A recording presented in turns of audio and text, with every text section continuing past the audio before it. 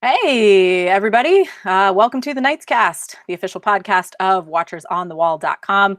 Although, as usual for us on Sundays now, we are not podcasting, we are live. We are going to be talking episode 2. We're going to recap that a little bit, take some questions and comments on that, and then we are going to, I think we're probably going to spend the bulk of the time talking about episode 3 because it's going to be quite an episode. I think that we can safely say that. So let's get right into it. Samantha was unavailable tonight. Melisandre is filling in instead because certainly tonight is going to be a night that is dark and full of terrors. But if you want to follow Samantha on Twitter, just in case, she's at the Sansa Snark. All right. Also joining me today, we have Vanessa, contributing writer, also at Watchers on the Wall. She is a regular on the podcast, and she's also a fabulously talented artist. Hi, Vanessa. How are you?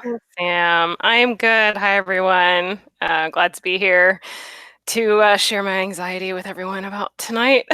And what I've been seeing a lot of is everyone's really excited, but also super super anxious. So it's Very. yeah. Yes, And I've been drinking since like 4. So fantastic. sorry. Yeah, I don't blame you. We've got to have something to cushion the blow. Vanessa, I am going to call attention to your shirt so that everybody can see it because it is amazing. So can we see it? Yeah. No, it's the dragons, and it's like Cersei and Dany fighting over the throne, and like Gendry's over here, and Jon and Tyrion are kind of like, what's going on? Yeah. So yeah, I love it. It's pretty great. Thanks. Fantastic. I kind of wonder why they put Gendry there. I mean, Jon, Cersei, Dany, Tyrion, I understand, but like, why is Gendry there? I guess because he's a Baratheon. Yeah.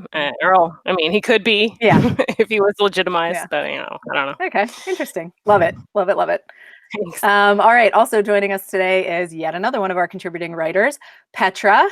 You can also find her on Twitter at PLHalber. Hi, Petra. How are you? I'm good.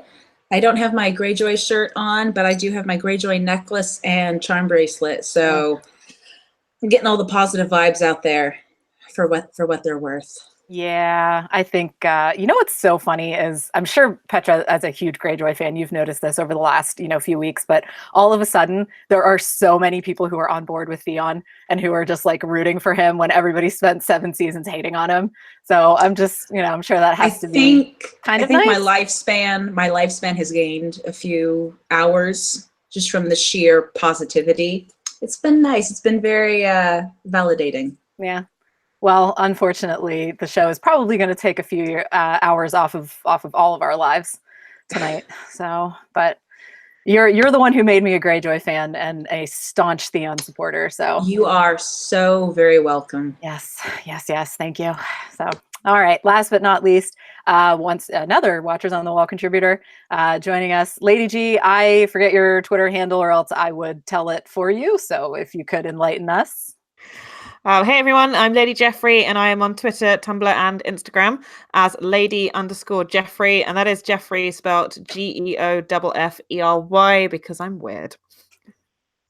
You're creative and unique. I'm creative, and I don't have a cool Game of Thrones shirt or anything, but I do have my very cute little phone button, which says I drink and I know things, which confuses the heck out of the colleagues that I have at work that don't watch Game of Thrones and think that I'm an alcoholic, and that's fine.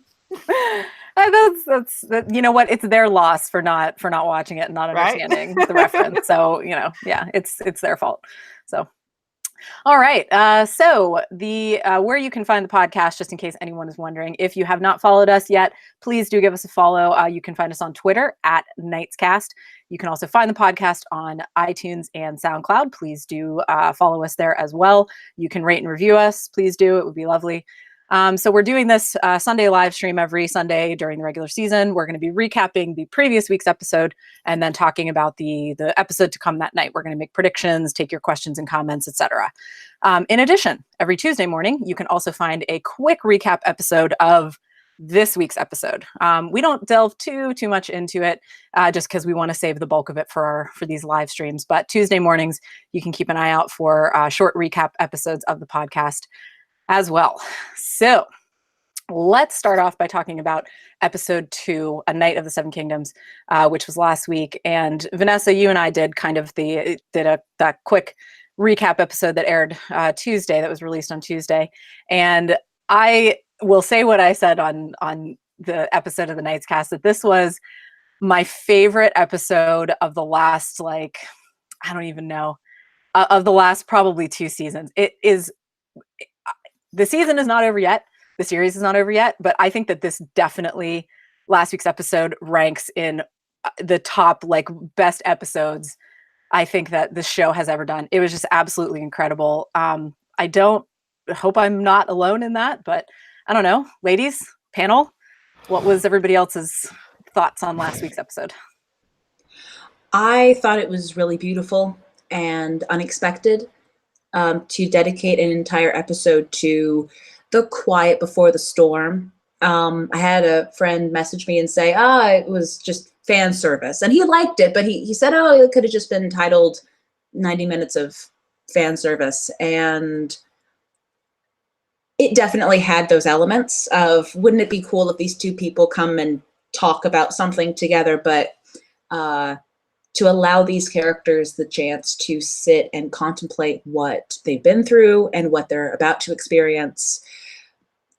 And even if I think in some cases it advertised the deaths of certain characters pretty clearly, we can get into which ones later, but I thought that that was a really beautiful opportunity to complete arcs and give certain characters closure, so that when they die, sad as it is, there isn't this sense of incompletion. They had their ending.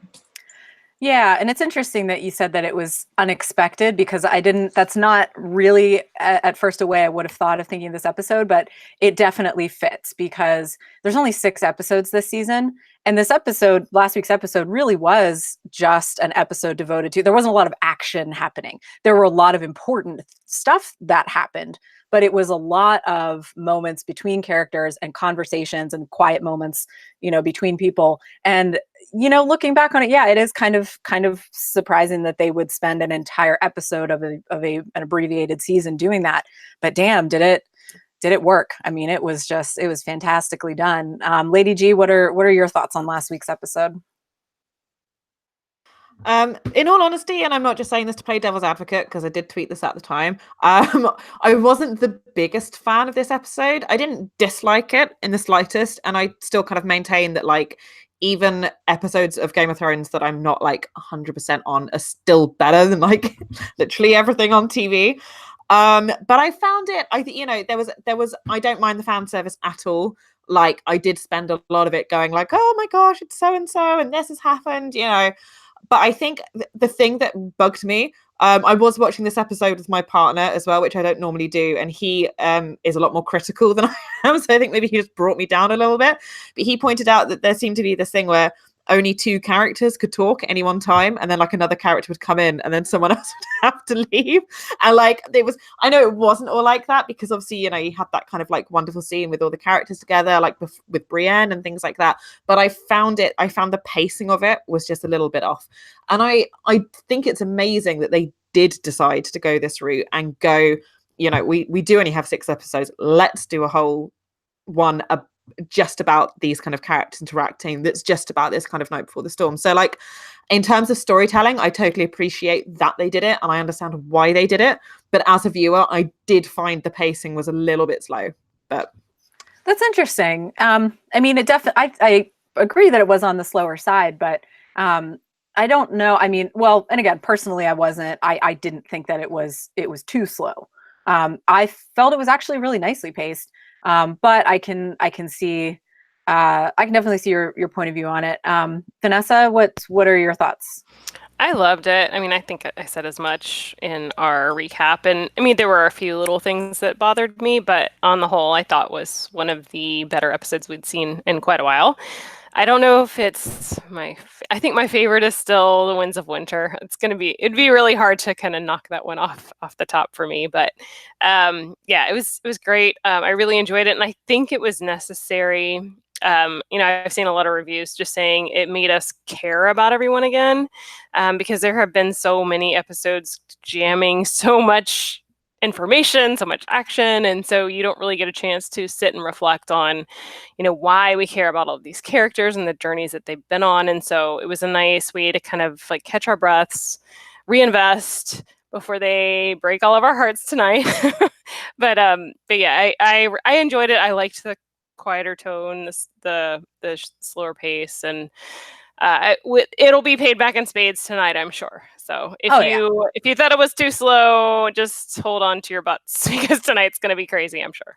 Yeah, definitely. And that's kind of, I think, obvious. I think what they were doing with last week's episode is that they purposely were slowing it down because tonight's episode is going to be so. It's just going to be running at a high level. The pacing is going to be a lot faster. The whole episode apparently basically is going to be a battle scene, or the battle, spread out over different scenes. So yeah, it's going to be pretty fast paced tonight. So yeah, I agree with you. I kind of appreciated the fact that, the pacing was a little slower. The tone was, the tone was somber at times, but then it was also, wonderful and heartwarming. Like, the scene where Brienne was knighted. Like, I don't know about anybody else, but my God, like I went through half a box of tissues just in that scene, which was just beautiful.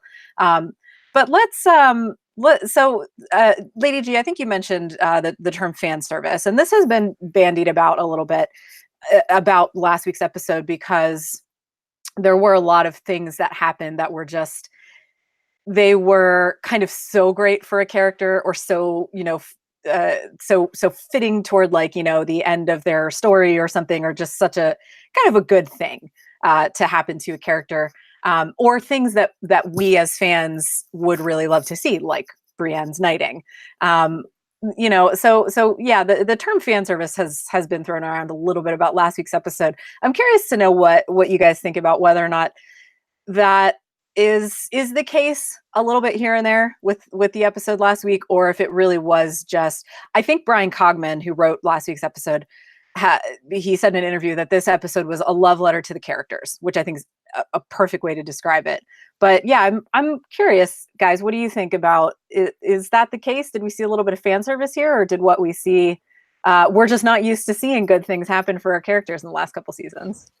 I have to say I really hate that term, fan service. Yeah, it's not. No, I'm not a fan of it either.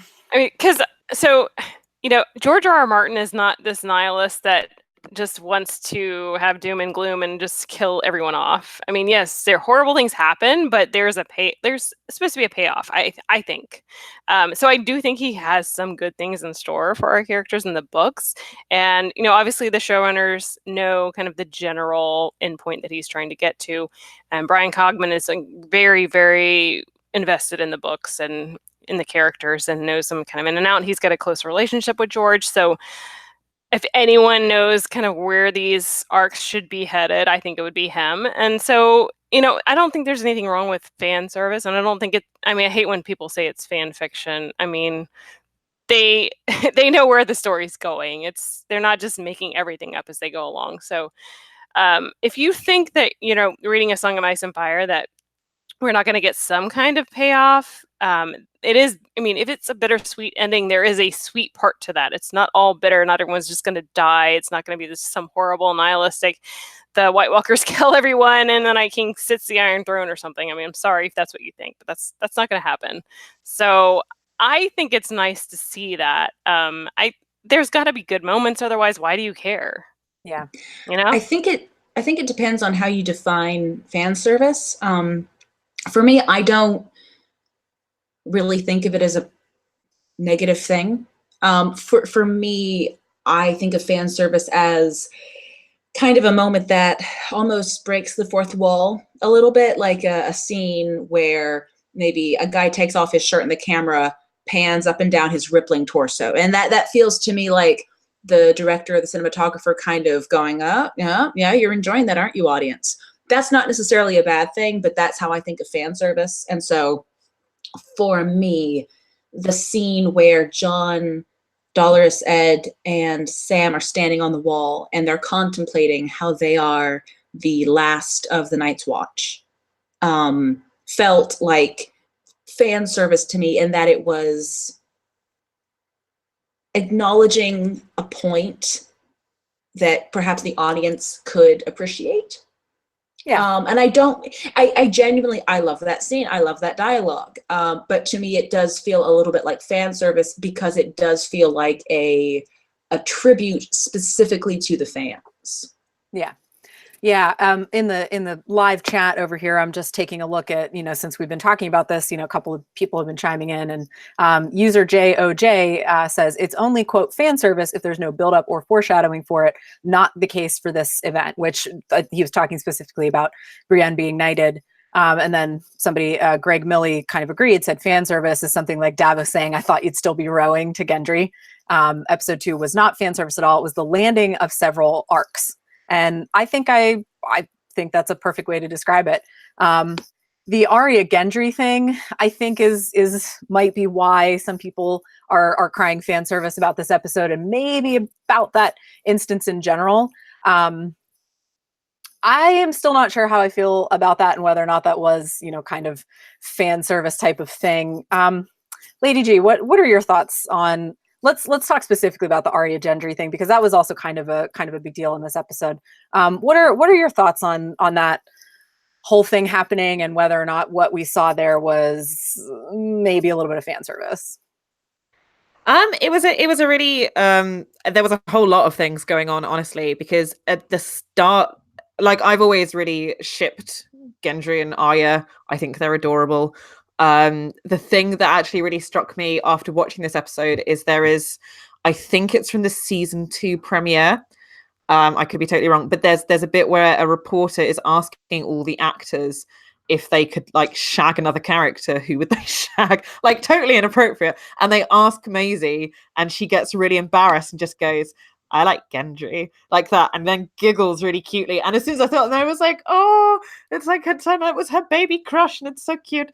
But like, yeah, when I was watching the episode and it kind of happened, I did kind of go like, ah, and then I was like, no, why am I going, ah? I think there was the moment where I was like, oh, okay, she's doing it. I think I thought that the camera would cut and that it would be implied. So I think that, I mean, we didn't see a great deal, to be honest, but that was my thought. So I think my initial thought was a bit like, oh, there was some side boob. Did we need the side boob? And then I read Maisie's article in the morning about how she had been very much in control, and she was the one saying about, she had decided about that scene. And I was kind of like, okay, yeah, I found it at the time. I did find it a little bit, I guess squick might be the right word. I don't know. But yeah, I mean, and in terms of fan service, I think I agree with you guys. I think people use fan service and fan fiction as well as this kind of dirty term. And it's like, to me, if you don't appreciate what your fans like and what they want to see, you're kind of doing a bad job. If you're going in there and you're like, well, I mean, this is an adaptation, so it's not going to work in exactly the same way. But if you're going, well, I'm going to kill off this character because I know what will make the fans unhappy. I'm like, what are you doing? You're angering your fan base. They know the sort of things that we want to see, and they want, it's in their best interest to keep us happy. And frankly, in my mind, there's kind of two types of fan fiction or fan service. There's stuff where it's like, you write it or you think about it because it's something you really want to happen, that would be in character, that would be something nice to happen, and there's stuff where you go, oh, what would be really weird if the Mountain and Gendry had sex in a tree. I'm just making something up. Like, what I'm saying is they're not doing that. Spoiler warning, we said we weren't going to be discussing spoilers for episode 3. Yes, let's keep it spoiler free, Lady G. Come on. That, by the way, is the best you get my point, right? Suggestion I've ever heard in my life. But yes, sorry. But you get my point. I don't think they're doing things with the quote unquote fan service that are out of character or that are just kind of things for the sake of doing things. It made Gendry and Arya made sense to the plot. It made sense to their characters. It was something the fans wanted to see, and it was accumulation of this relationship that we've seen. And it felt good. It was good.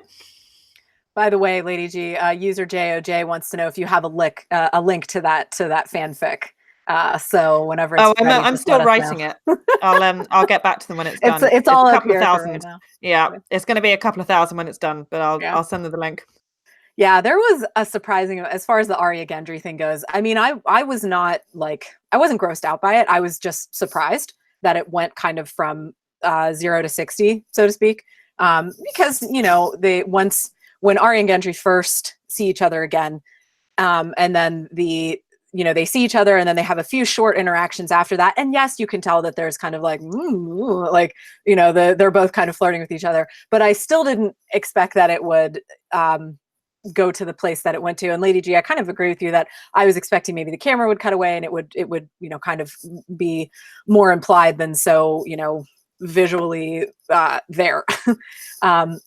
But, I think the reason why some people are like, it wasn't really that believable. And it was, because Arya and Gendry did have a very close relationship when they were together. And that was in season 3. So that was, 5 seasons ago.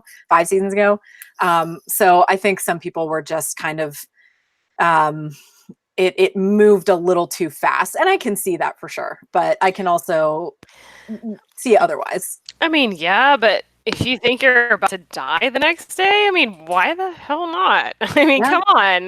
This is your shot. Like, I completely understand it. And I had been anticipating something would happen. I mean, George R. R. Martin has even said he will be revisiting those two together possibly at some point. So I think something is headed there in the books. I don't know. She's a little young. So unless there's like a time jump, which he's already not done. I don't know. We'll see where that goes. But yeah, they definitely have a connection. And I mean, why not? Like I said, if you're gearing up for battle, you think you all might die. Why not have a little fun? That's no different from what any male soldier would do. I mean, it's no different from what Tyrion did in before the battle where he had Bronn basically kidnap Shay and brought to his tent. I mean, it's Well, I think there's more to Arya's arc. I think her choice to lose her virginity was even more significant to her arc than Tyrion sort of haphazardly summoning Shay to him. Because, and I think actually I have to credit author Saladin Ahmed on Twitter for pointing this out to me. Not to me, but he tweeted this and I thought about it, that she's choosing life in that moment, that she's been obsessed with death and focusing on revenge and violence, and on what could be her last night on Earth, she chooses to walk away from Sandor Clegane and forget who's with him, Beric Dondarrion. Yeah. And they're talking about death, and she walks away from them and she chooses to have a beautiful connection with somebody. Not that you have to have sex in order to be a fully fledged person, but the fact that she chose intimacy and in this case, affection is a really, really big thing for Arya to do, provided we've seen her go in some very dark directions. Yeah. That we saw her choose human connection for the first time in a very, very long time. Yeah, I saw that point made, or that's pretty much that point made, not necessarily by that author, but because, on its face, you might think that Arya still is thinking about death so much because she says as much, this could be my last night on Earth, like I could die tomorrow, et cetera, et cetera. But I think that the deeper message there is, like you said, Petra, that she's actually not choosing death, because if that were the case, she could have stayed up on that wall and talked with Sandor and Beric and, drank wine and whatnot. But instead she chose to have an experience that is like the epitome of life, if you think about it, because, sex can also result in, pregnancy and childbirth, and it can be the beginning of life. Not that I'm saying that's what's going to happen to Arya, obviously, but it's just something that's very representative of life and love and everything. So yeah, it's interesting that, you can look at it on its face in that way, but what it actually kind of maybe means is the opposite. So yeah. User JOJ in the chat says, I really enjoyed the contrast between the two Lady Warriors, quote, love arcs in this episode. So yeah, I mean, we have Arya with Gendry, and then we have Brienne. And I'm gonna take this in a direction, not only talking about her being knighted, but also her relationship with Jaime and the fact that, she stood up for him and everything, which I knew she was going to do. It just made me so happy to see it. But their relationship is one that for a long time, I was never on board with Braimy. I really wasn't, because I didn't like the fact that, not that people were forcing Brienne necessarily into like a physical relationship of any kind, because that doesn't seem very important to her. Like, I think romance and affection seems important to her maybe, but not like, I got weirded out when people were like talking about like, oh, I can't wait for Brienne and Jaime to have babies. And I'm like, do you really think that's what Brienne wants? Really?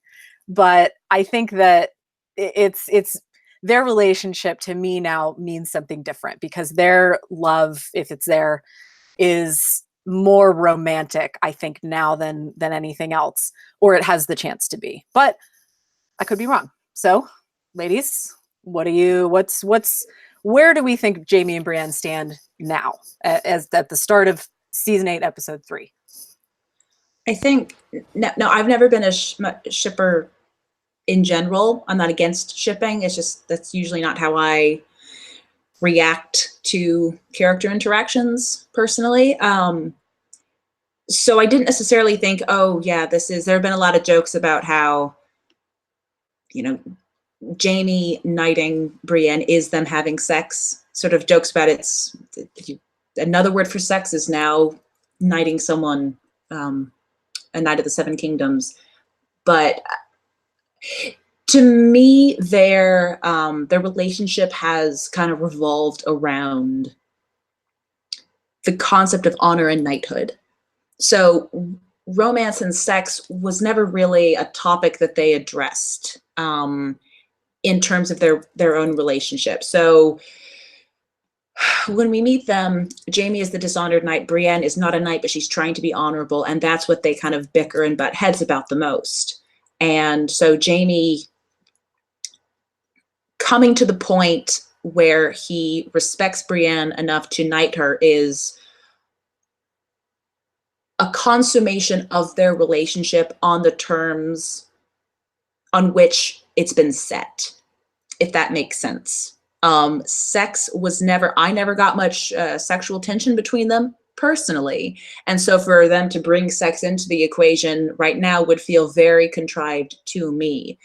But since they've been talking about honor and knighthood this whole time, for Jaime to acknowledge that her worthiness of it is the highest level of love that he can display for her, which one might call a consummation.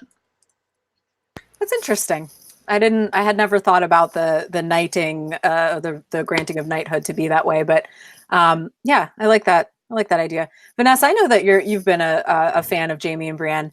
So Yeah. what are your thoughts? Yeah, I love those two together, and I feel like it's a very like chivalric type of love. Maybe I don't think we'll see any kind of consummation of it, especially in the show. I don't know about in the books. As far as any kind of physical attraction, you do see that in the books. There's a moment when they're in the bath together where Jaime has a physical reaction to seeing Brienne naked. So I mean that kind of implies that there is some kind of attraction there. I don't know that will ever be fulfilled at any point, but I think having this like chivalric, like respectful, mutual, just admiration and love for each other is enough. And so whether or not that actually gets fulfilled, it's not that important to me. I just want them to acknowledge the feelings that they have for each other at some point. If it's, one of them's dying in the other's arms and they finally acknowledge it. I mean, I just want there to be some kind of overt confession of like, hey, yes, I actually have this feeling for you. My personal wish for those two is that I think Jaime's pretty much doomed. And I think if either of them live, it's going to be Brienne. And I want to see her finish his entry in the White Book, so the Book of the Kingsguard, and be able to write the heroic deeds he did during the War for the Dawn. That would be enough for me to see on screen. And as far as like anything happening between them, I used to think, oh, well, it would be nice if like, they got together and like she was able to like, have a Lannister heir or whatever, because who else is gonna like take over Casterly Rock? I don't know if it's gonna be Tyrion. My personal feeling is like all the Lannisters are doomed, and I think that house is going to be done. This isn't a spoiler, and just it's my own personal feeling, just because of what their family has done to kind of wipe out other houses. I feel like its karma is going to come back, and they're all going to be gone. But so I mean, I think it's enough for me that there's so much talk in the last episode about memories and how it's so important that we remember the past and remember humanity and what people have done, and as long as that's there, then they are able to live on. And so that's why I want Brienne to live, be able to tell his story, be able to write it down, and I think that would be a perfect conclusion to their relationship. Yeah, I agree that to introduce like physical expression of affection between the two of them, like it would be extremely weird for me to watch Jaime and Brienne kiss. I don't know why. It would just be weird. But if Jaime were, so when he after he arrives at Winterfell and they agree to let him into their service and whatnot, and then he's walking with Brienne out on the fields a little bit later, and they're looking at the preparations and all, and the conversation that they have where Brienne says, we've never had a conversation that's lasted this long without you insulting me.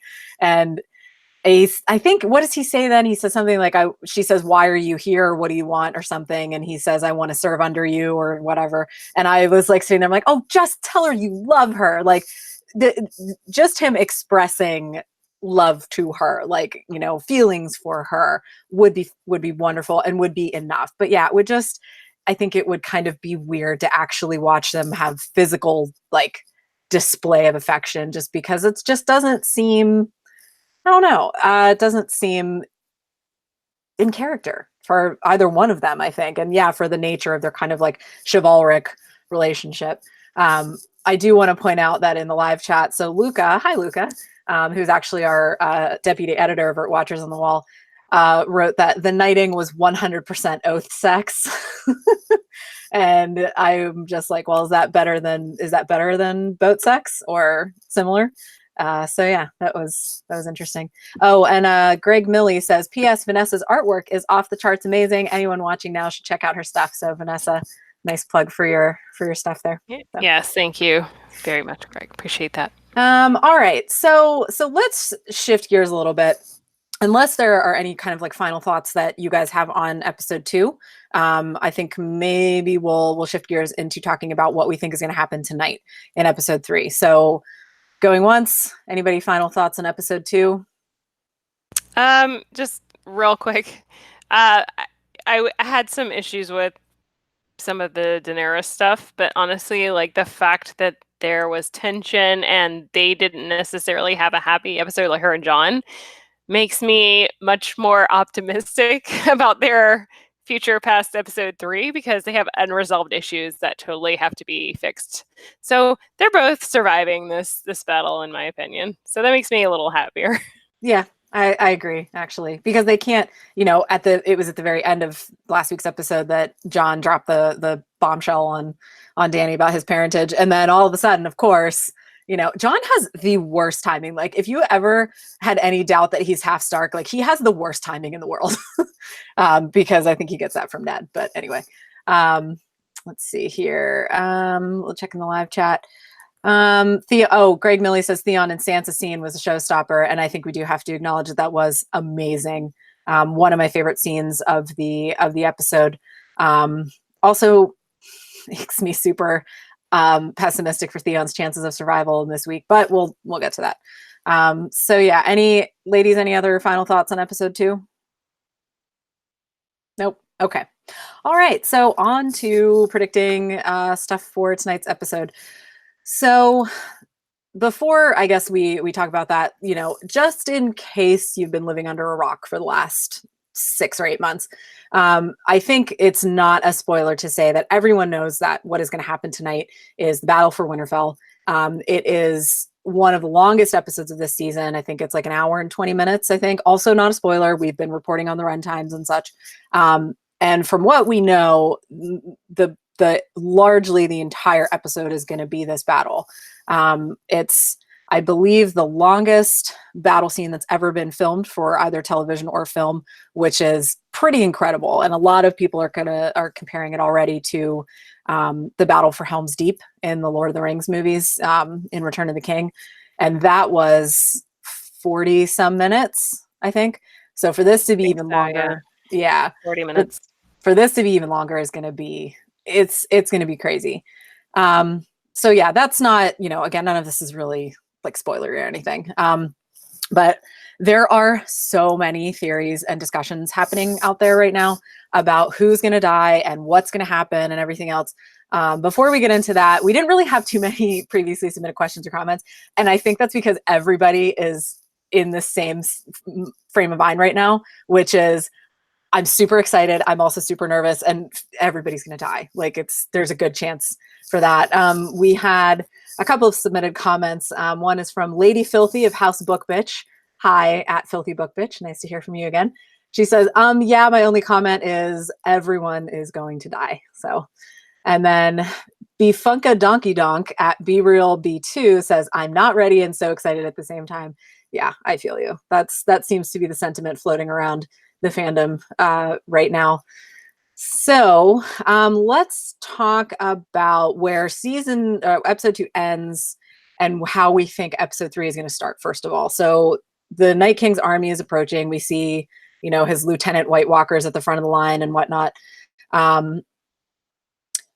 Let's talk about an interesting theory too that I've heard out there, which is the fact that I think our friends at History of Westeros were the first ones to suggest this, but the Night King is not actually going to be at Winterfell. This whole thing is a feint. Most of his army is going to be there, and he is on Viserion on his way to King's Landing. I don't want to believe this theory, but I honestly, with each passing day, I think I believe it more. So what do you guys think? I'm interested to know what you all think about this, because I think that it is unfortunately possible. I'm hoping it's true. I'll just say I'm not pessimistic about it. I'm hoping that is actually what happens. It would certainly raise the stakes even more, I think. Sorry, Vanessa, you go ahead. I think you were gonna jump in. I just have a hard time seeing that happen. If only, okay, so I'm not going to get into other filming, production news that may be kind of spoilery, but I feel like if he were to go to King's Landing, I mean, that would be a complete rout, especially if, I mean, I know a lot of people think that Cersei sent the Golden Company up to the north to kind of like backstab the Starks and, be another front of the attack, after they're already under assault by the Army of the Dead. And if that's the case, like, who's defending the King's Landing? Like, he could just go in and destroy the place, and then she'd be completely screwed. And we know that she's probably going to stick around. I don't think they would just like get rid of her off screen in episode 3, and then we'd find out in episode 4, oh yeah, King's Landing got totally destroyed. I have a really hard time believing that. And so what's the other option? He just kind of goes down there and like hangs out for a while, just kind of waiting around, see what happens. I don't know. It just, what I would see, so if I were the Night King, and especially because, we know that Qyburn has created these scorpions and they have like anti-dragon weaponry. And so it's possible they could maybe take his dragon out if he's flying around the city. I think what would be more advantageous for him to do would be to hit the Riverlands really hard and kind of make it impossible for Team Stark Targaryen to retreat south, because they'll be going through like just a wasteland with no refuge, no supplies, like encountering whites as they go south. So if he were going to do something other than hit Winterfell, that to me would be a more optimal plan for him than to hit King's Landing. Just because, like I said, I mean, there's a good chance that they might try to take his dragon out, and that's kind of a risk for him. So that's the only thing that makes me think that maybe not what's going on. But yeah, there's something I definitely don't think he's going to just show up and like be there on the field with everyone else. Like he's going to have some other plan in mind, whether it's going to King's Landing or going somewhere else, or just kind of laying in wait to see what happens. I don't think he's not going to be on the front lines. That's for sure. Yeah, and it's interesting that he's prominently not there when we see the rest of the army of the dead pulling up to Winterfell out, in the field across from the gate there. They purposely show all of the other lieutenants there, and you do not see the Night King himself. And then in the episode 3 teaser, John says, we think he's talking to Dany when he says this, but he says the Night King is coming. And then Dany says, and if this is the same conversation, she says, the dead are already here. So Army of the Dead is already there. The Night King is coming.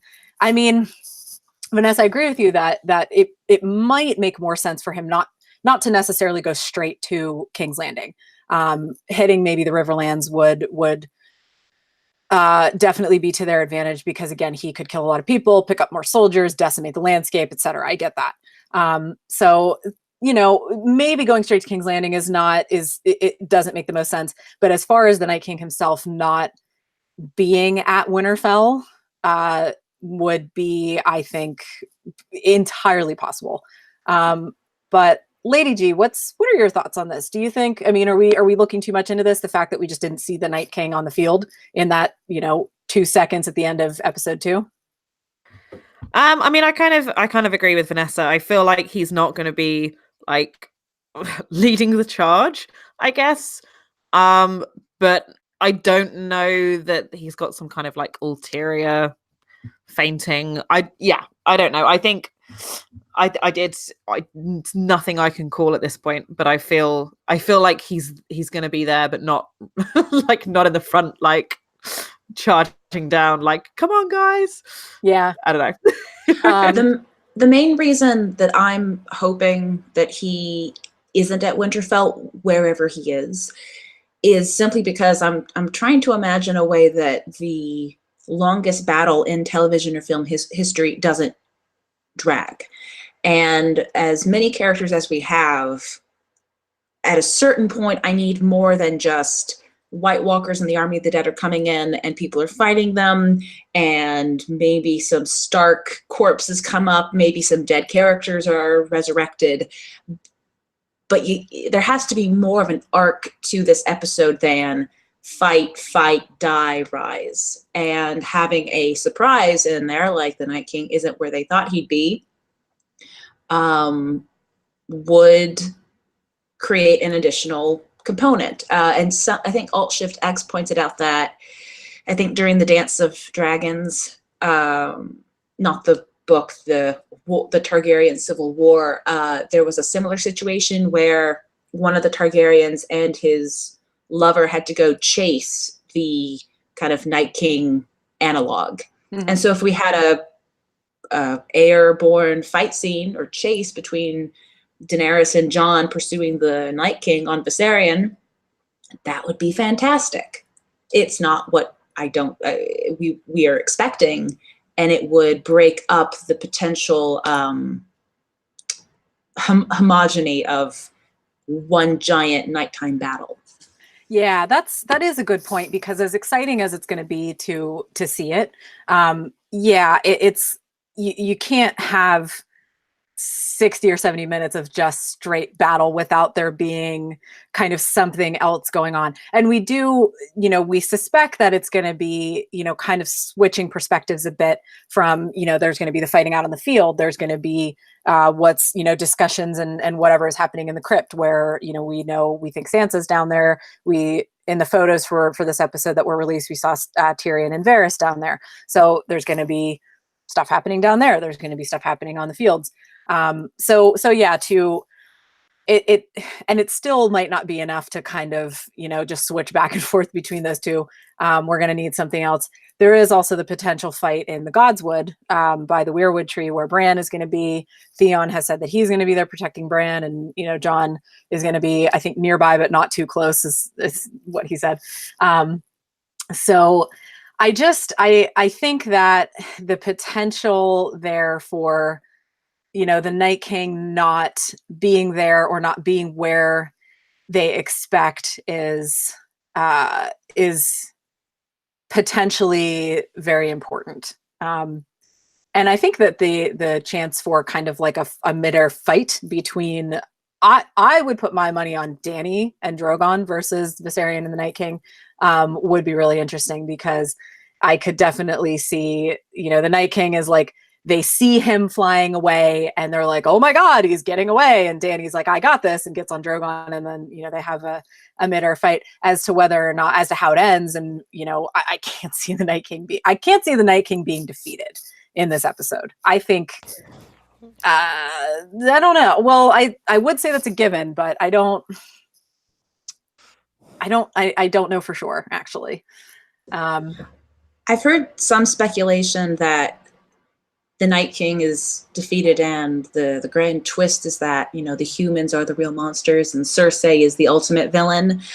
I can't imagine that not coming across as a de-escalation, as a lowering of stakes. I will say, credit where credit's due. If that does happen, it would be very unexpected. And I've never been a fan of the Night King White Walker threat. It feels very dull to me. But no, that would be very strange if it happened. Cersei's the ultimate villain and not Daenerys? Come on. Yeah, she's the big bad. No, see, that's a really good point, Vanessa, because the Night King can't be the ultimate big bad because he's a man. And we have way too many hormonal PMSing queens who have to be the ultimate bad guy so that the status quo can be reinstated. Yeah, obviously. Real quick, just checking out the live chat here. There's an interesting thing that came up where, so Gemma Whelan, who plays Yara, apparently she posted something on her, I can't confirm this, I'm not looking at her Instagram page myself, but Shannon Thompson in the live chat says Gemma Whelan's Instagram page says something about Yara has a, quote, surprise tonight. That's a joke? It's a joke. I saw it because it's a behind the scenes photo of her breastfeeding her daughter in Yara costume. Okay. I didn't and it's from episode 1, right? She even confirmed it in the comments. Did she? Something like that, yeah. It was from episode 1. She's just feeding her child behind the scenes, and it was a joke. It's a total joke. She's covered in dirt and blood. So the joke is beautiful. It's a great photo, guys. That's hilarious. I took a screen cap of it right before I got ready for this. That's hilarious. It was that cute. Oh. Well, for a second I got excited, but that's why I'm glad we are all here to debunk stuff like this. So, so let's see here if we have any other stuff coming in from the live chat. So Greg Milley wrote that the quote from Bran in the season trailer where he's talking about everything you did brought you here, which is home. I think we will see that tonight, and he will be talking to Theon. Agreed. Yeah, I think that's definitely. Yeah.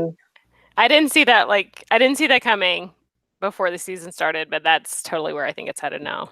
And what's really interesting is that, there were a couple of book callbacks in the previous episode with Jenny's song, which is something that, book readers might know. Well, book readers definitely know more about Jenny Goldstones and Summerhall than I think show watchers. But so there were a couple of book references in last episode, which was really nice, really interesting to see. And I think that Vanessa, you and I think I mentioned this when we recorded our episode of the podcast from last week, but I think is it in A Dance with Dragons, or it might be Feast for Crows? I don't remember, but Theon, when Theon is still Reek, kind of he's in the Godswood. Dance of Dragons, thank you. And Bran sees him through the weirwood, and Theon is saying that line about, give me a sword, let me die as Theon, not as Reek. And he thinks he hears his name being whispered by the tree. And it just, if Theon and, Bran are going to be in the Godswood tonight, which, we think they are, it's just I think it's another kind of a little book wink and a nod, which is just, is really nice. But yeah, I don't have good feelings about Theon in this episode either. He's a dead man. Let's just say it out loud. Yeah, he is. But I will say, earlier I mentioned that episode 2 really advertised deaths very clearly, and I didn't have a problem with the predictability because it's just providing closure to arcs. Mm-hmm. And I think Theon is an example of that. where, yeah, it's very obvious he's going to die this episode, but I don't think the predictability kind of takes away from it. It's just making it very clear, okay, this is the end of his arc, and in order for that to really have meaning, you have to talk about it ahead of time. You have to acknowledge, I'm going to be protecting Bran because I took this castle from you, so let me help you now. Okay, that's him setting himself up. He's putting on his Star Trek red shirt, and that's fine, because if it were a surprise death, then we wouldn't really have the same setup for us to go, yes, and this is how his arc comes to an end. Yeah, that's a good way, I think, to phrase it. Somebody, so in the live chat here, Greg Milley says, no, Theon will escape with Sansa. So maybe they're going to give us that instead. Like, even though in the books, Theon is escaping with Arya, with Jane Poole, and not with Sansa. But, he already escaped with Sansa once from Winterfell, but I don't really know that I see that happening again. And, it's kind of, they've really kind of made it plain that Theon's arc is going to end with him, giving his life to save Bran / Winterfell. So I don't know. Shannon Thompson in the live chat says, question, is Bran playing with time tonight? That's interesting. Not something that I had considered very much. How? I'm not entirely sure. As far as playing with time goes, if maybe what Shannon means is, how Bran has previously reached into the past and affected Hodor. Don't know if maybe Bran thinks that a way to stop the Night King is to reach into the past somehow. And I don't really like that. Because of the fact that when he was speaking to the previous Three-Eyed Raven, where he says the past is written, the ink is dry. Like, yes, we see him kind of, sort of, just barely influencing the past, but nothing to the point where it would be a huge game changer. Like Ned maybe hears him talk, and that's, but I would think about what happened with Hodor was pretty well. Yeah, well, so it's one of those things where, is it like, what do they call it, like a closed time loop or something, or an open one like this? So I think we're in like this closed loop, so like everything that's going to happen has already happened and there's nothing really you can do to change it. I see it more as like, if there's any like weird time stuff, it's that he has seen what's got to happen and he's trying to make sure that it happens. Like, that could, I don't see where he's trying to like change anything that's supposed to be already. More that he's just trying to make sure that whatever is supposed to be happens. But I don't know. Time stuff is just weird to me. I don't know. Yeah. Could I propose a theory, or really maybe just an open-ended question? Do you think there's a reason that Bran insisted on the Godswood? He said it was so that they don't come into the crypts and destroy us all. If you're going to lead them out into the open instead. But I wonder if there's something about the weirwood tree there that Bran wants to have access to. I think so. I mean, we know that Bran doesn't necessarily have to be like touching it anymore, because we've seen him, kind of communing with the weirwood net, so to speak, when he's not physically holding on to it.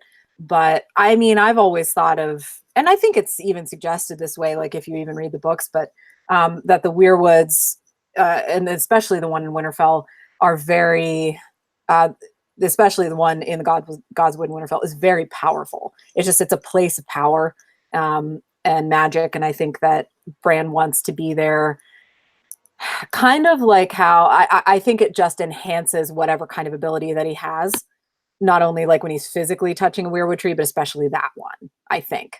But that's just, I don't know, just a suggestion. So, let's see here. What else did we have in the live chat? I thought I saw something else in here. So Aaron Francis says, Jaime is the Kingslayer. Does he have a big role with the Night King? Lady G, what do you think on this one? Do you think that Jaime might be the one to kill the Night King since he is a Kingslayer? I'm gonna go with no. I'm gonna go with I agree with you.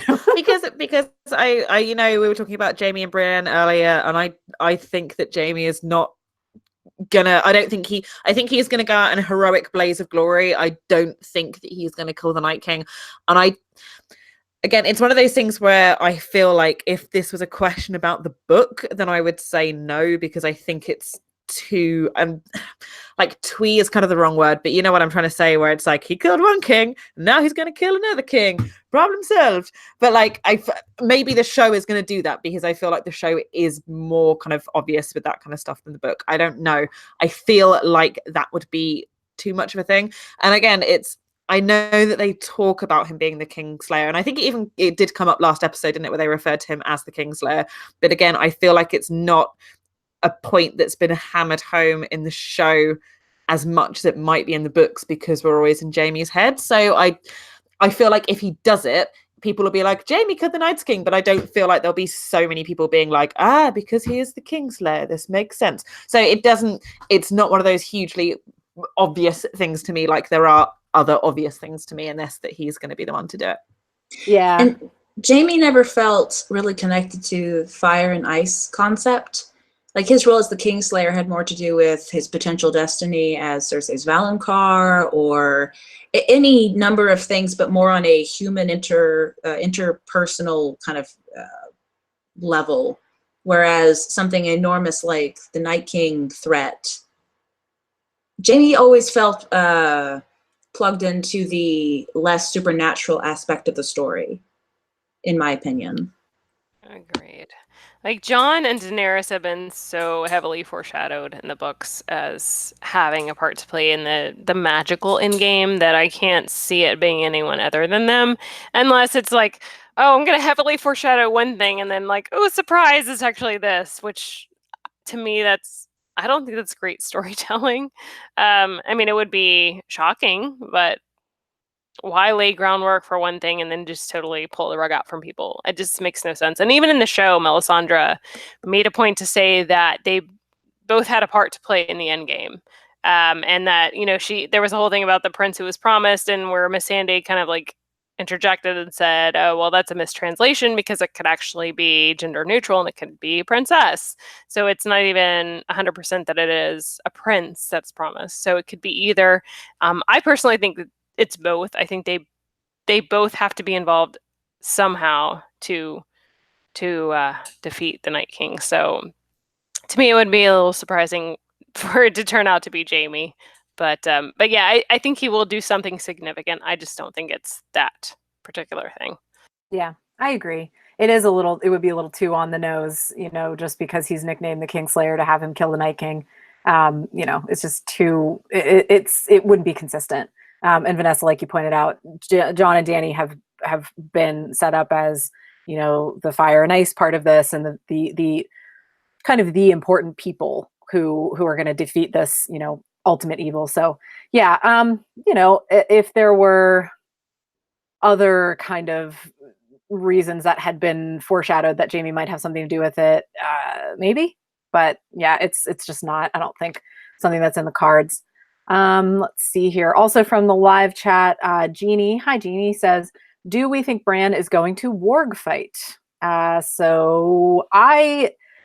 This is one of those things that I really want to see, and I don't think it's going to, but what I would really love to see is to see Bran try and warg into Viserion if we see Viserion above the walls of Winterfell. I would love to see it. And that's been my tinfoil theory for the longest. And there was one, I don't remember if it was a trailer or it was one of the previously on or something, but someone had posted, and it was a video, and it showed Bran with his the warging eyes, the white eyes, and then it cut immediately to Viserion opening his eyes with the blue eyes. I'm like, is that foreshadowing? Because it seemed awfully convenient for it to be Bran and then immediately Viserion. So I would not surprise me if that happened, for sure. It feels pretty unfair to establish his ability to warg into crows and ravens and then not have him warg into a dragon. I mean, there's basic, like, his warging has to go somewhere meaningful. And he destroyed Hodor, and that was tragic, but surely it has to pay off in a more epic way. Yeah, I agree. And aside from it just kind of looking cool, I think. And I don't know, even this is what I'm thinking about here, even going back to, I think it was season 4 when Bran, has some of his initial visions, and there's one of a dragon flying over King's Landing. Maybe that's actually Bran in the dragon looking down onto King's Landing, but I don't know. Not I like well that. in that case, I don't know that he would be warped into Viserion necessarily, but perhaps Rhaegal. But I don't know. There's things that would have to line up in order for that particular thing to happen. But I'm gonna say that I think tinfoily though it may be, I'm with you, Vanessa. I think that that we're gonna see Bran try and warg into a dragon, or at least I hope so. That's my fervent wish for this episode, or any of them really remaining. So. All right. So in the live chat here, Jamie One Hand says, "Will the Hound die and be given the kiss of life by Beric?" I don't know about this one. This is interesting. I think it's pretty clear that Beric is gonna bite the dust. But is he going to pass on the kiss of life one more time? I think so, and I think that him giving it to Sandor is highly likely. But that's just me. I was gonna say the same. Yeah, if he does pass it on to anyone, it would be Sandor. And I have been kind of feeling like Sandor is going to die this episode, but because they've really heavily pushed on this whole Clegane Bowl thing, that's still to happen. And so I could definitely see him dying and Beric giving his last bit of life force to bring him back, just so that can happen, which will be very interesting if they're both like undead people. It'll be kind of an interesting clash there. I don't know. Yeah. Yeah. I mean, it would be technically, yes, Beric, I guess, would be undead if we're going by the whole Fire White thing. So yeah. But I think that it would make the most sense for Beric to give it to anyone. It would be Sandor. But are there any other chances, any other people that we could maybe see this going to? I don't know. I don't know. Lady G, what do you think? Well, I mean, this has got absolutely nothing to do with my desire to see Richard Dormer and Rory McCann make out, because obviously not, right? I just feel like, I think, well, somebody on the live chat suggested that it would be Arya, which I don't think is outside the realms of possibility, but Beric and Sandor have a relationship that is unlike any relationship that Beric has with another character. I think Beric is doomed to die, in my opinion, and I think he is doomed to die in giving his life to somebody else, because that just makes sense for his arc. I think if he just kind of like gets stabbed in the back by a white or something, that would be rubbish. And I think it would just, arc wise, it would make sense. I mean, the whole Clegane Bowl thing aside, obviously we know that the show hasn't done the Stoneheart plot from the book. I think it would be quite a nice way to kind of include that kind of thing. So yeah, I just think that is the kind of thing that would make total logical sense. I mean, if I'm totally happy to be proved wrong, if he's just like, oh, I'm just going to use it to save Jamie, it's all good. But yeah, it just makes sense to me. I have a question. I like the. Oh. I was just gonna say, do you guys think that if you're a Fire White, is it even possible to be raised as a mindless Ice White after that? I have no clue. Like, what do you guys think? Like, if Beric died, could the Night King raise him as like an Ice White? I don't know. I guess it depends on, because even though he would be a Fire White and then he would die, he'd be dead. It doesn't really matter what he was before he was then just plain dead. But I don't really, I don't know. Yeah. I see what you're saying, but I guess it depends on what the rules kind of are for, does it matter what you were before you died or yeah. So Petra, were you going to say something? I was going to say, I think it would be fitting for Sandor, given his lifelong fear of fire, to rise as a fire wight. I've been wondering where his fear of fire is going to pay off. If it was simply, fighting on the side of the dragons, that would be fine. But if he were actually to be raised as a fire wight, that would be a fantastic conclusion to that arc. I agree, and it's interesting that you bring that up, because when we were doing on the podcast, when we were doing our White Book episodes, where we were kind of doing character studies of a bunch of different characters, the ones who were remaining at the start of season 8, when we were talking about Sandor Clegane, the guests that we had on that day were the wonderful guys from Planetos podcast, Travis and Brett. And Brett was talking about the Hound and about how he's had 2 instances in his life so far that involve fire, and both of them were very bad. Like, the first one was obviously when his brother pushes his face into the fire. The second one was the Battle of Blackwater. And I personally think that there's a third one that's coming, because there are still, definitely some literary tropes at play here. And the rule of 3, I think, is the argument could be made for that. But I think there's going to be a third instance in which Sandor is going to be confronted by fire, but it's going to be different this time. It's going to be kind of what breaks the cycle. I think over in the live chat here, Jeannie says fire sword wielding Sandor, which would be not at all how we would expect his character to kind of end up. But it would kind of make sense. They invested a lot in showing us Sandor joining up with the Brotherhood, which previously he had no interest in it. He didn't like any of those guys. He was seeing visions in the flames. I mean, I think that they're definitely setting up the fact that Sandor is going to be either literally brought back by Beric by the Kiss of Life thing, or Beric is going to be the one who sacrifices himself to save Sandor, jumps in front of an arrow or something like that. So yeah, it's interesting. But I'm in agreement too with, so in the live chat, Jamie One Hand says, when Beric dies, it will be doubly tragic because we'll lose Richard Dormer's beautiful voice. And I could not agree more, because Richard Dormer's voice is like honey wrapped in velvet dipped in chocolate. And I don't want to lose it either, but it's, I think it's happening. So, well, we're getting closer. We're getting close to the end of the live stream for today. So, unless you guys have any other kind of major predictions for tonight's episode, I've got one. Well, if it's a death episode, we're getting to that. We're going to jump into the dead pool. Oh, okay, got it. I'm sorry. No, it's okay.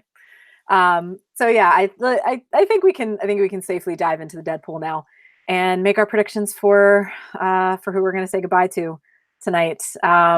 Who wants to go first? Petra, go for it. Davos will die saving Shireen 2.0. I agree. And I think the possibility is definitely there, and it makes me incredibly sad. But they didn't show us that Shireen look-alike for nothing.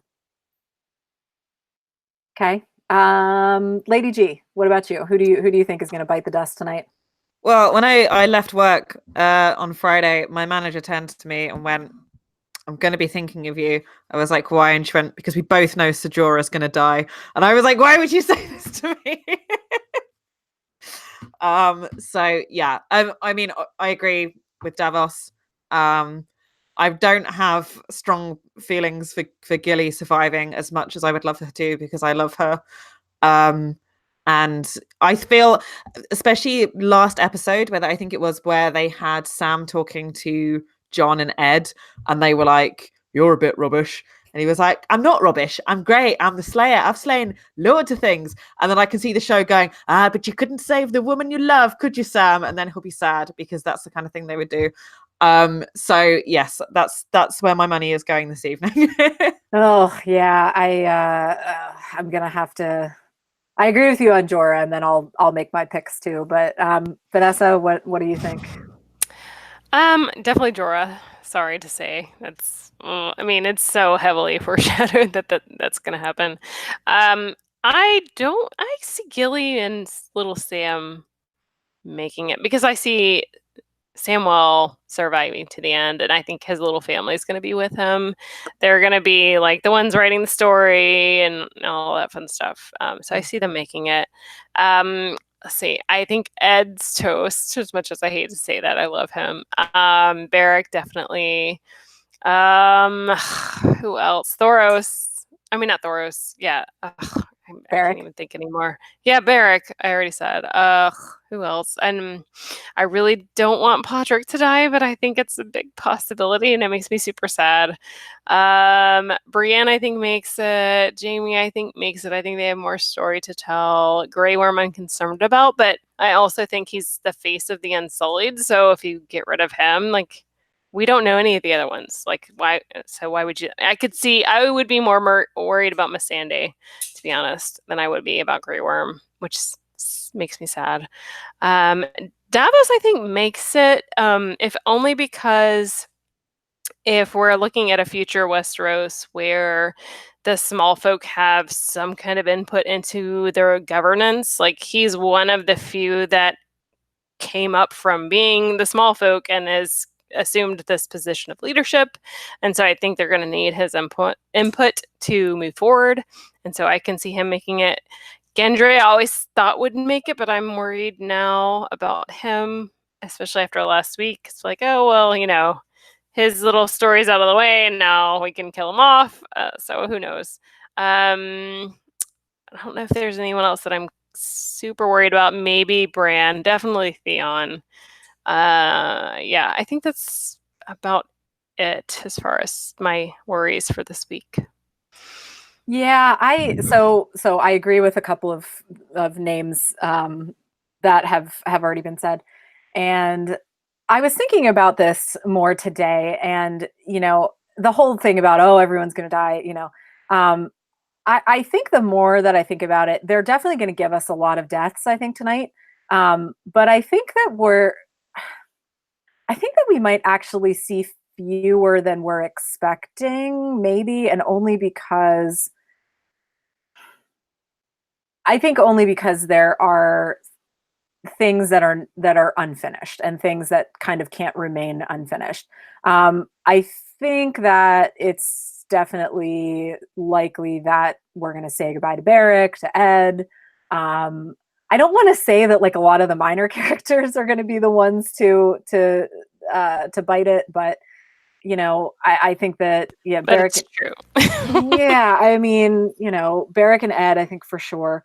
I think Jorah has a good chance of it. I think Jorah's death, though, is going to be.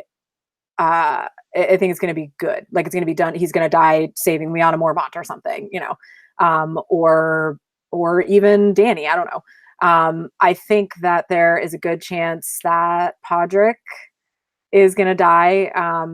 I agree that I was not at first not really that worried about Gendry, but now I kind of am. I do have to say that I've been seeing a couple of predictions from my own sister, Mackenzie. I'm calling you out on this if it happens or not. But some people are thinking that Arya is going to die tonight. I don't know that I agree with that. I think that's a very bold choice. I think the fact that we see her in peril in the crypts guarantees that she'll survive the episode. Yeah.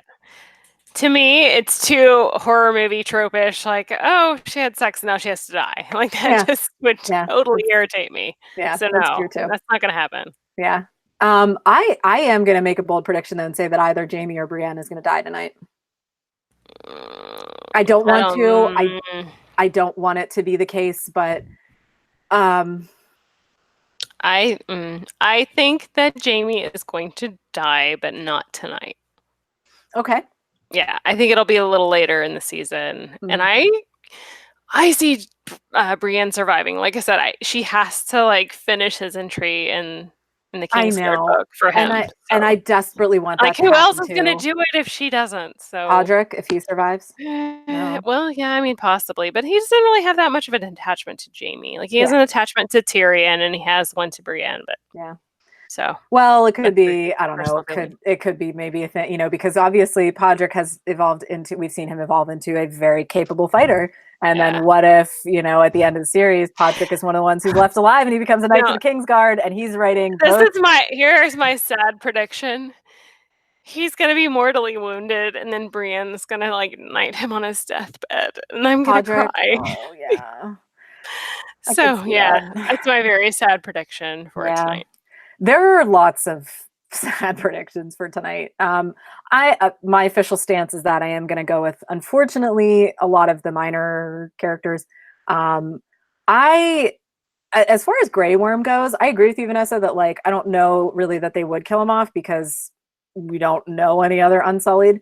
But at the same time, like if what's going to happen is that there are survivors of this battle, but then it's there's not going to be many survivors, and it's not they're the army of the North is going to be in tatters, and I don't really know that it would be super important to have like a not that it wouldn't be important to have a leader of the Unsullied, but at that point it kind of wouldn't matter who it is because they're just all trying to, And I see that, but honestly, like, and I saw someone mention this on Twitter, can't remember who it was, but considering they have very few people of color that are prominent characters, to kill one or the other of like the two that are really there, it's kind of a bad look. So yeah, for that reason alone, I could see them making it past tonight. Yeah, but, agreed. Yeah, I don't know. Could I make a prediction about Bran? Yes. I think if the Night King is in Winterfell, Bran will die. I don't think a White Walker who isn't the Night King will kill him, since the Night King specifically killed the last Three-Eyed Raven. But I think it's interesting that they gave us that scene where Bran told Tyrion his story, which is presumably the entire story of Westeros. I wasn't really clear, but Tyrion made that comment about, oh, if only we had nothing else to do. And then it cut away. And I'm thinking, wouldn't that, as far as twists go, wouldn't that be something if Bran and the Three-Eyed Raven and the memory of humanity was lost halfway through the season? Also, and this might be a little bit coarse, and I am sorry, but transporting Bran is a little bit tricky. And the logistics of getting him from the north to King's Landing or wherever they go to the Iron Islands is going to be difficult. And I don't see him going anywhere. Oh, yeah, that's something that I had not considered, but that's definitely that's a good point. Unless somehow Bran wargs into Rhaegal, and when his actual physical body is killed, and then he can just fly everywhere he wants. I don't know. Probably not likely. I suppose so, but at that point, he is functionally dead. Like, wargs can live on in animals, but Bran, Isaac Hempstead Wright, would be gone from the show. Yes. Yeah. I can see that, but like, I don't know. It's hard to imagine him being gone unless there is some greater reason for him to be dead. Like, if it's necessary to the end game, then I could see that happening. I can't predict how that would be relevant to them winning. Like, I mean, I'm thinking of like Doctor Strange and Infinity War, where like he saw all of the possible endings, and he's like, oh well, I can be dead in this one, but as long as so and so is still alive, then we're good. And so like that's the only thing that I can think of when I'm picturing Bran dying. But I have a thought. What if Bran is very clearly warging into something when his physical body is killed, and at a later point, Jon, someone, maybe Drogon turns to Jon and gives him a look, and Jon looks at him and goes, Bran? And so there is this sense of catharsis that Bran is living on. The Three-Eyed Raven isn't dead, isn't gone at least. But we don't have the issue of anyways. I don't know. The only issue I have with him warging like a living dragon is that dragons are supposedly very intelligent, and it seems like it would be difficult for a human to warg into an intelligent living being. Hodor is an exception because, especially if it plays out like in the show where his mind was broken because of being warged to begin with. And so that's my only issue with that. Like, I can totally see him warging Viserion, especially if Viserion's dead, like we think he is. I know there's controversy whether he's an actual White Walker dragon or a white dragon. I don't know. Yeah. But yeah, but I could see him warging Viserion. I think if he does warg a dragon, it would be that one.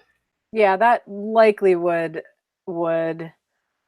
make more sense, I guess, if we're talking about dragon warging, but that's I mean, that's a whole other discussion I think that we could have. I think we're gonna do let's end the live stream on this question, which is a very good one, and I saw this one in the live chat, forgot to touch on it. I do apologize. Barbie Lopez, she says, who will become a white? Now, I think that there is definitely a chance that technically anyone who falls in the battlefield, the Night King has the opportunity to raise up.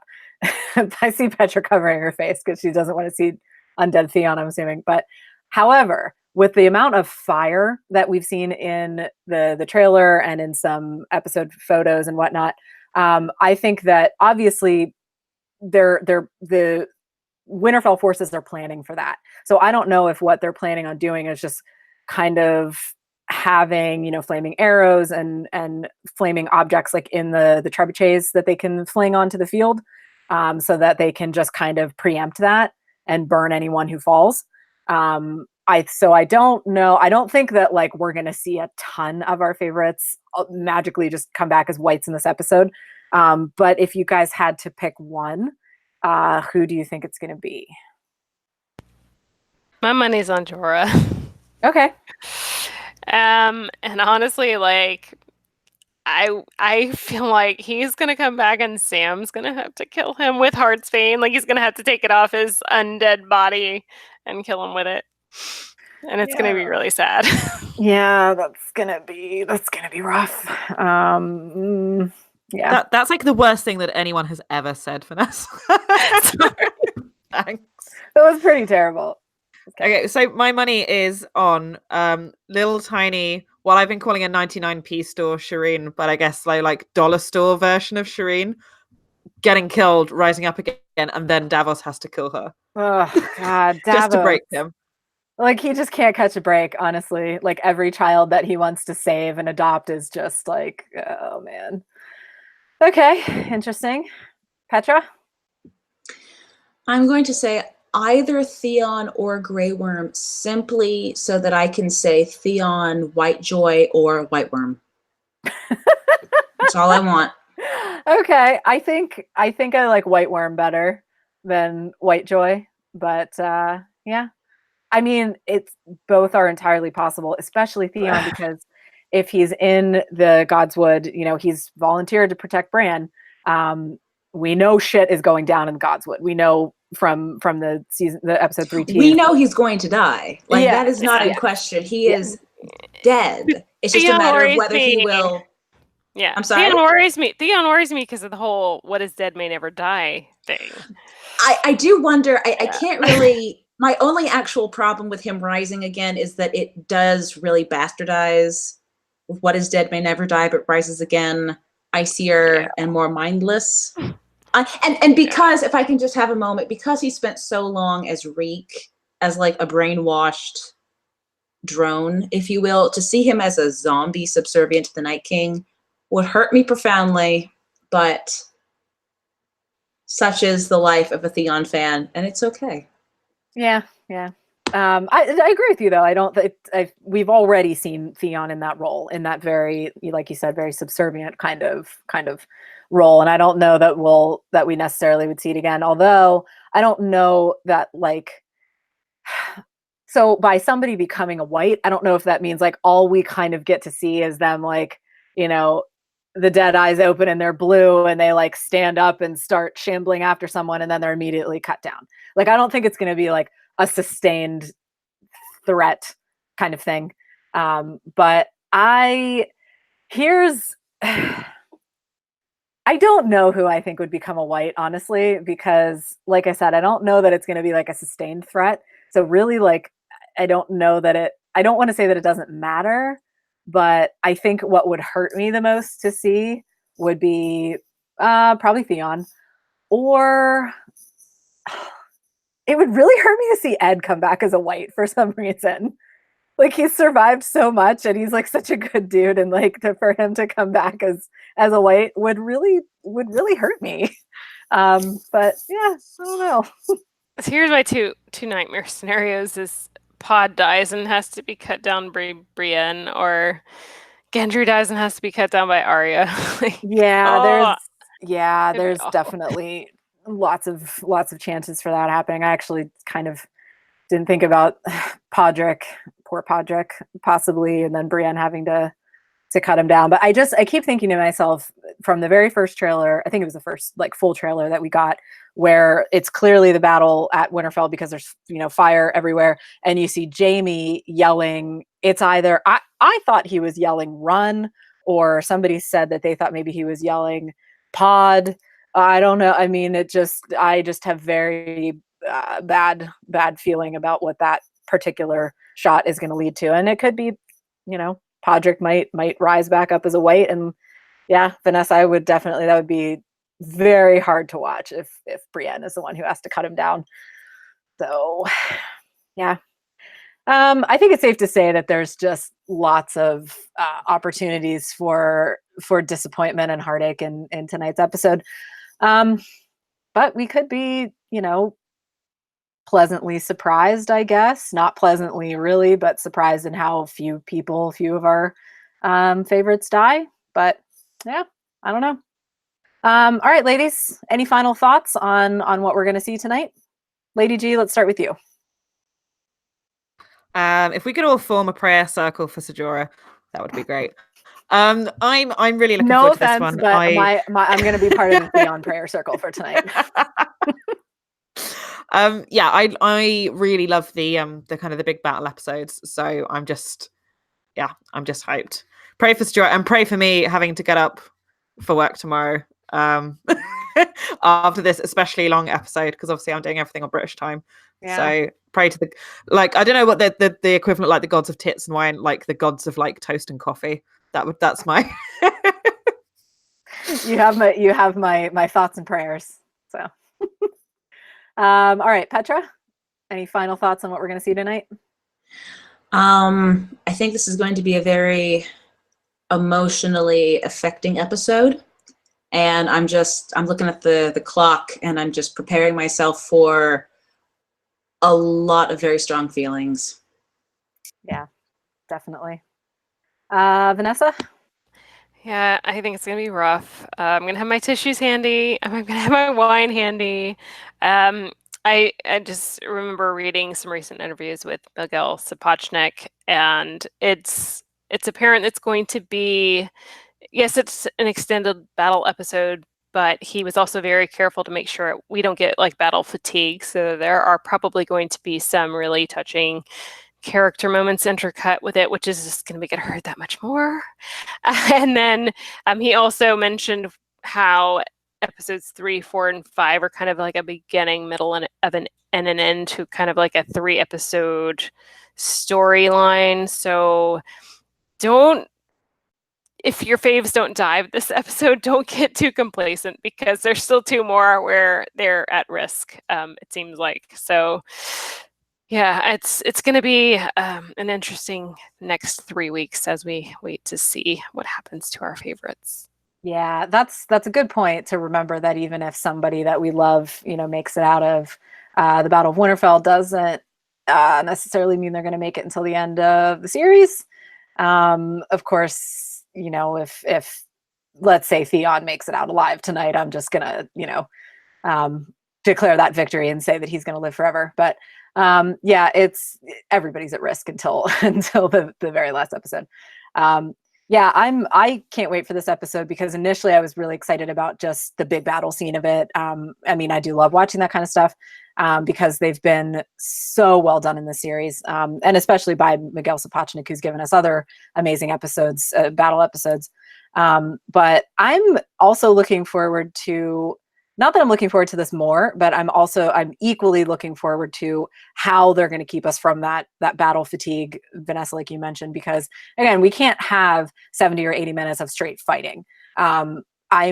This is such a turning point episode not only because it is this big fight between the living and the dead, but this is the defining episode for setting up what is going to happen for the last three, which are, I would say, the most crucial three, because depending on who's alive and where everyone is headed, this is the big deal tonight. This is going to set all of that up, and this is, I think, going to paint the clearest picture of how of guesses that we can make toward the actual end game after tonight's episode.